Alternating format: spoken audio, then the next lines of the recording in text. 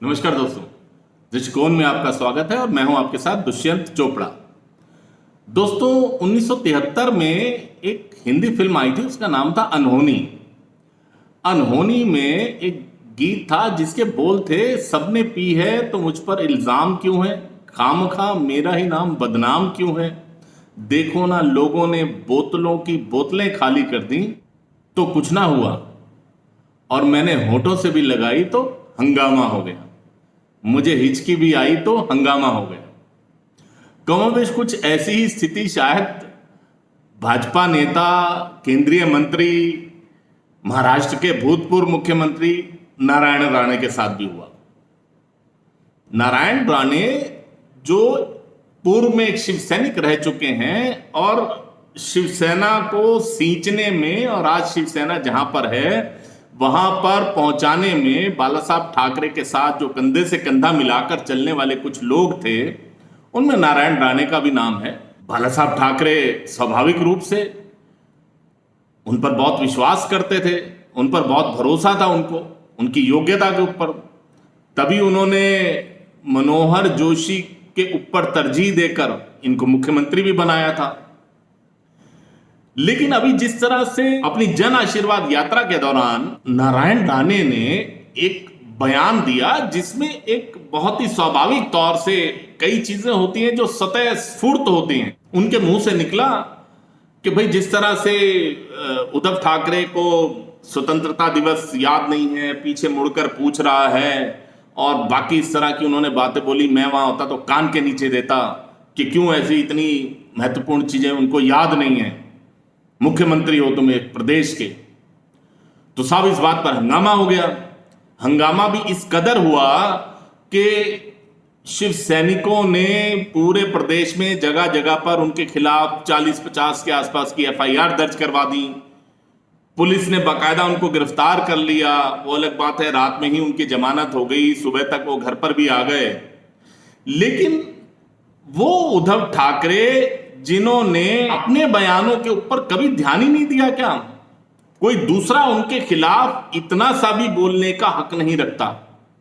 असली फासिज्म ये है कि वही उद्धव ठाकरे जो कुछ दिन पहले तक अपने एक फेसबुक लाइव में उन्होंने कांग्रेस के प्रदेश अध्यक्ष नाना पटोले के लिए जूते मारे जाने की बात की थी, आपको याद होगा। और जूते मारने का लगता है कुछ खास ही शौक भी है उनको, उद्धव ठाकरे को। मामला है 2018 का, जब महाराष्ट्र में एक कार्यक्रम के दौरान योगी आदित्यनाथ आए। 2018 पर आप ध्यान दीजिए, 2018 यानी योगी आदित्यनाथ मुख्यमंत्री बन चुके थे, केंद्र में भाजपा की सरकार थी, प्रधानमंत्री नरेंद्र मोदी थे, और महाराष्ट्र में भी भाजपा की सरकार थी और देवेंद्र फडणवीस मुख्यमंत्री थे। शिवसेना सहयोगी दल के नाते उसके भी मंत्री महाराष्ट्र में भी थे और बाकी केंद्र में भी वो अपना सत्ता का पूरा सुख भोगने में लगे हुए थे। उसके बावजूद भी जब योगी आदित्यनाथ माल्यार्पण के लिए शिवाजी की प्रतिमा के पास गए तो उन्होंने खड़ाऊ पहन रखी थी। वो खड़ाऊ पहने पहले वहां पर जाते हैं, माल्यार्पण करते हैं, तो उसके ऊपर ये वीडियो वायरल है जहां पर कि उद्धव ठाकरे अपने साथ बैठे व्यक्ति से बोलते हैं कि ये योगी है, भोगी है, क्या है ये, योगी तो गैस के गुब्बारे की तरह है। सीधे ही चप्पल पहनकर महाराज के पास चला गया। मन कर रहा है कि उसी चप्पल से उसकी पिटाई कर दूं, उसे मारूं। तो इस तरह का बयान मुख्यमंत्री उद्धव ठाकरे जब देते हैं तब उनको अपनी जुबान के ऊपर, अपनी भाषा के ऊपर कोई कंट्रोल नहीं है। लेकिन अगर किसी ने कुछ कह दिया तो उसका परिणाम क्या होगा?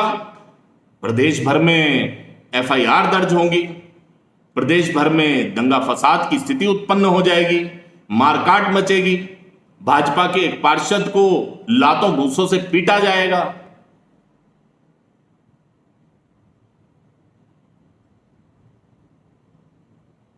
और ये वही शिवसेना है, उद्धव ठाकरे की शिवसेना, जिसके खासम खास और बड़बोले नेता संजय राउत, आपको याद होगा जब कंगना रनौत का मामला हुआ तो उन्होंने कंगना के लिए क्या शब्द का इस्तेमाल किया था कि ये हरामजादी है। ऐसी अभद्र भाषा का प्रयोग संजय राउत ने तब कंगना रनावत के लिए किया था। आप बात कर लीजिए प्रताप सरनाइक की। वही कंगना वाले मामले में प्रताप नाइक ने कहा कि हमारी महिला विंग जाएगी और कंगना रनौत का जबड़ा तोड़ देगी। ये प्रताप सरनाइक वही हैं जो अभी हवाला में और मनी लॉन्ड्रिंग के केस में फंसे हुए हैं, भागे फिर रहे हैं। ये वही प्रताप सरनाइक हैं। और ये वही संजय राउत शिवसेना के बड़बोले नेता हैं जो कि हाथ धोकर मुख्यमंत्री उद्धव ठाकरे के साथ अर्नब गोस्वामी के पीछे पड़ गए थे। जब अर्नब गोस्वामी के लिए इन्होंने क्या क्या अभद्र भाषा का इस्तेमाल नहीं किया और किस तरह से उसके घर में पुलिस भेजकर उसको उठवा लिया, ये किसी से छुपा हुआ नहीं।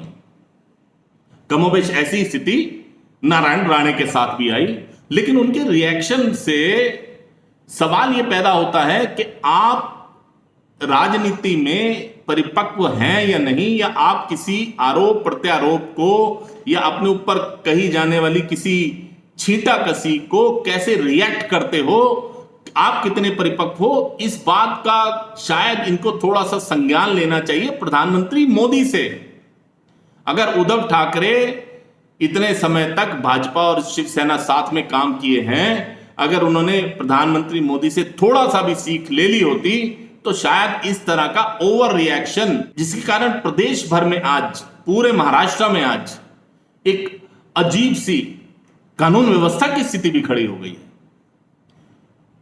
प्रधानमंत्री मोदी के लिए क्या क्या शब्द लेफ्ट लिबरांडुओं ने नहीं बोले, कांग्रेस ने नहीं बोले, क्या क्या शब्द, क्या क्या उपमाएं उनको दी गई।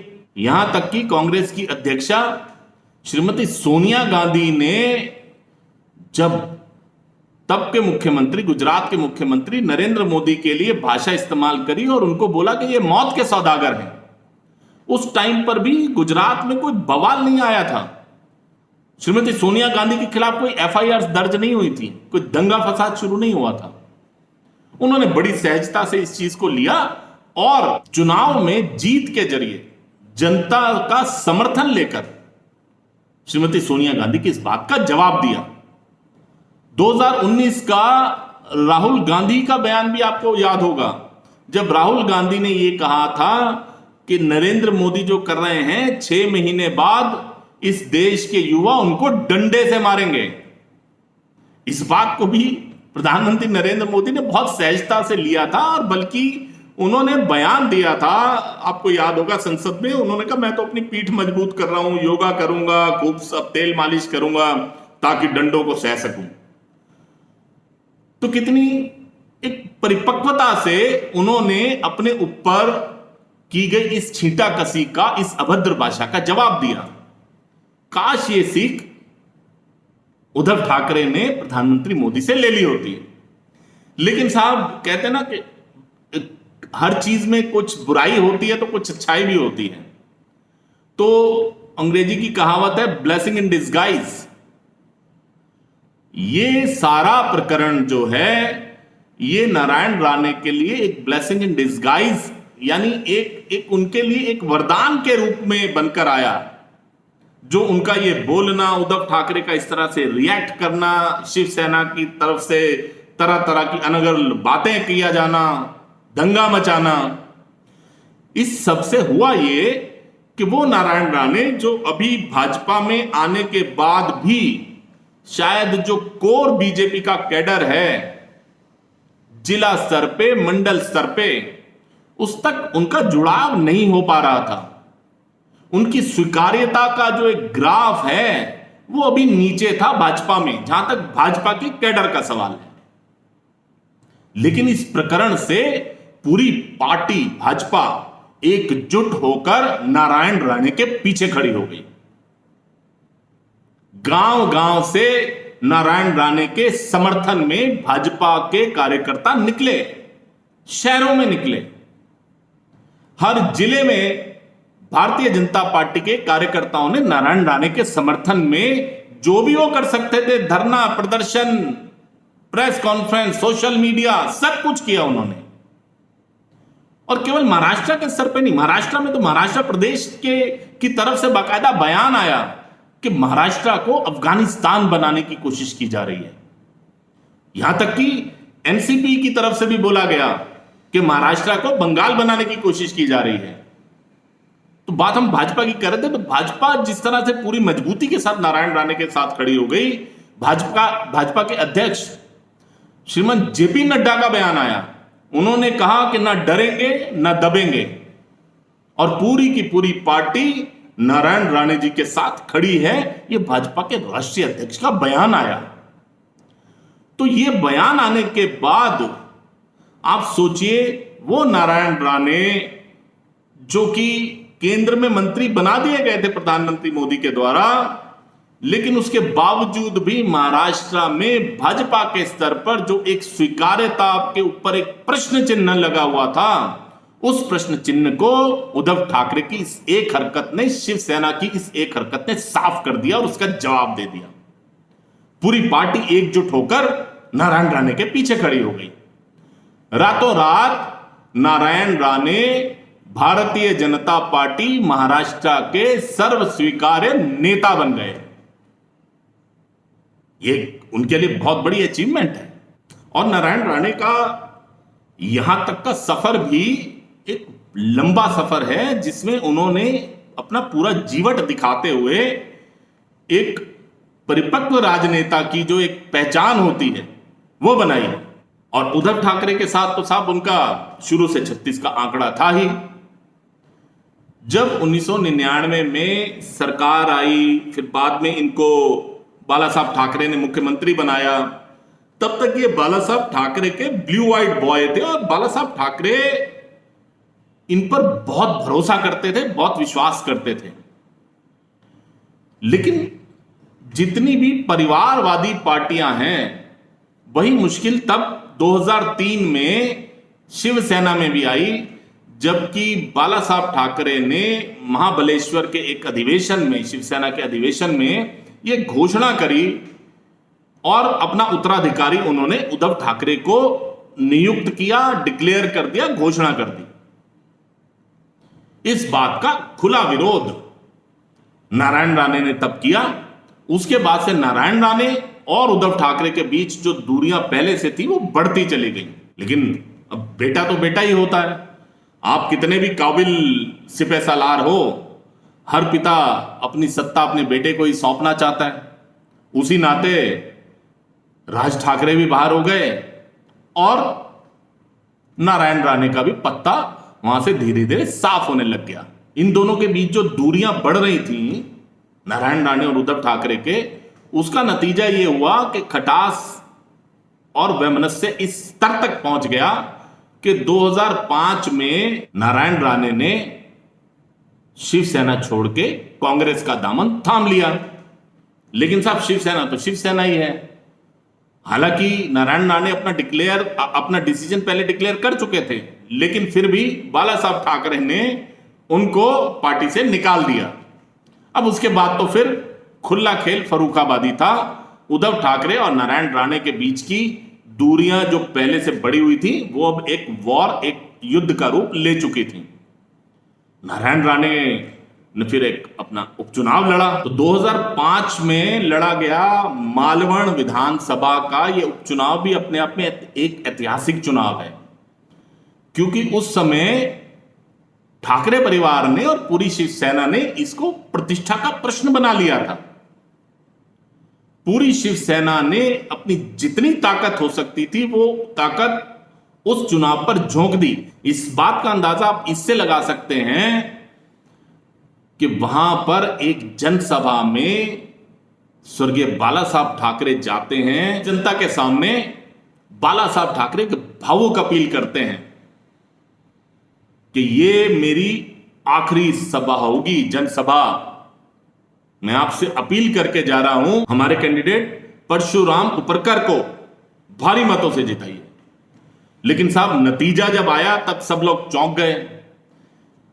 शिवसेना की वहां की वर्किंग फेल हो गई, बाला साहब ठाकरे की भावुक अपील फेल हो गई और नारायण राणे वहां से 63,000 से ज्यादा मतों से जीत कर आए 2005 में। यहां तक कि जो परशुराम थे, जो शिवसेना के कैंडिडेट थे, उनकी जमानत तक जब्त हो गई। तो इस तरह का इतिहास रहा है नारायण राणे का, जो एक जुझारू और योद्धा प्रवृत्ति के राजनेता हैं।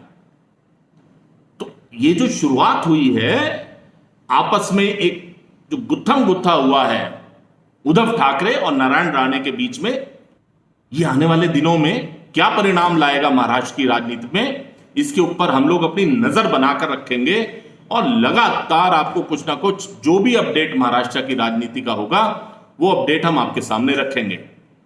आपको अगर ये वीडियो पसंद आया तो कृपया वीडियो को लाइक कीजिए, शेयर कीजिए, और अगर अभी तक आपने हमारे चैनल को सब्सक्राइब नहीं किया है तो कृपया चैनल को सब्सक्राइब कीजिए, साथ वाले बेल आइकॉन के बटन को दबाइए ताकि हमारे हर आने वाले कार्यक्रम की सूचना सबसे पहले आप तक पहुंच पाए। बहुत बहुत धन्यवाद दोस्तों।